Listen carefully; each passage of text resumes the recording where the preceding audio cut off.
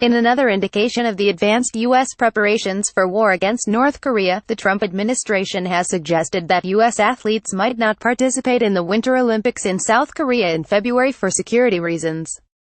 U.S. Ambassador to the UN Nikki Haley told Fox News on Wednesday that the U.S. team's participation was an open question.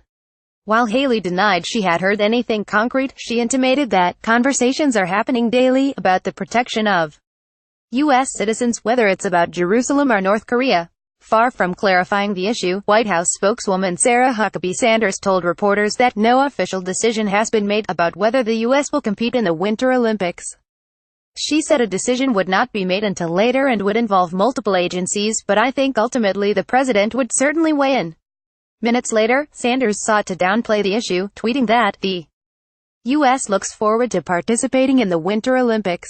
Of course, prior to Haley's remarks, no one had suggested that the U.S. would not compete, and Sanders' tweet hardly answered the question raised definitely.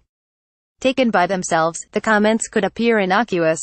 However, amid the extreme tensions on the Korean peninsula generated by the Trump administration's reckless and provocative threats against North Korea, the remarks point to a hothouse in the White House as war is being discussed daily. Trump has repeatedly declared that he will not allow North Korea to build a nuclear missile capable of reaching the continental United States. Pyongyang has now tested long-range ballistic missiles that could potentially have that range.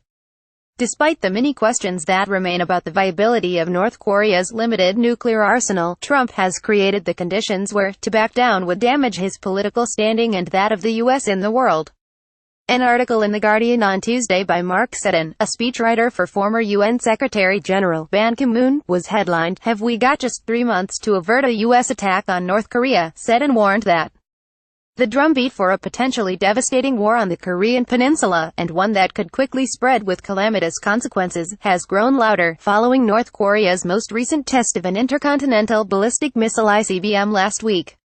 The article noted that John Bolton, former U.S. ambassador to the UN, had visited Britain last week, saying his mission, whether official or not, to relay that CIA chiefs have told Donald Trump that he has a 3-month window in which to act to halt the North's ICBM program. Seddon continued, this apparent March deadline, for what can only be considered a preemptive strike, was also mentioned to a former European parliamentarian by a senior U.S. commander a few days ago at Panmunjom, Korea's demilitarized zone, which separates the North from the South. U.S. Ambassador Nikki Haley last week responded to North Korea's ICBM test by warning that, if war comes, make no mistake, the North Korean regime will be utterly destroyed. Such a threat can only mean that the U.S. is preparing a monstrous crime that will involve the leveling of North Korea's military, industry and infrastructure and the killing of millions of people through conventional or nuclear weapons or both. The U.S. military have just completed another major joint wargames with South Korea and Japan involving around 230 warplanes and 12,000 military personnel. The presence of the latest American stealth fighters, the F-22 Raptors, as well as other high-tech aircraft such as the F-35 underscore the purpose of the drills, a rehearsal for all-out war against North Korea. The exercise, the largest of its kind, featured flights by B-1B supersonic strategic bombers on Wednesday and Thursday.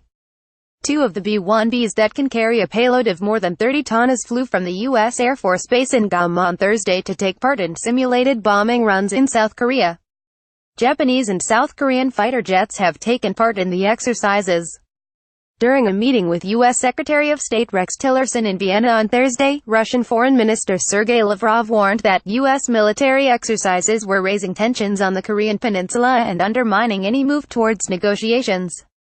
He indicated that Pyongyang was willing to hold direct talks with Washington as long as the U.S. provided security guarantees. Lavrov noted that Russia had condemned the latest North Korean missile launch but blamed the U.S. for creating the tense situation and suggested that the Trump administration wanted to goad Pyongyang into taking rash action. Following North Korea's nuclear test in September, he said, the United States acted as if they wanted to provoke Pyongyang for a new risky venture. And so they did. To restart talks, Russia and China have both urged a so-called freeze-for-freeze, a halt to U.S. South Korean wargames in return for a North Korean freeze on missile and nuclear testing. Washington has repeatedly rejected the proposal. Far from easing tensions, South Korean Defense Minister Song Young-moo this week said the joint drills would be conducted 2 to 3 times a month. The Trump administration has deliberately created a powder keg on the Korean peninsula in which a relatively minor incident or miscalculation could trigger a conflict that spirals out of control and drags in other powers. China and Russia are both deeply concerned that the U.S. will provoke a devastating war on their doorstep.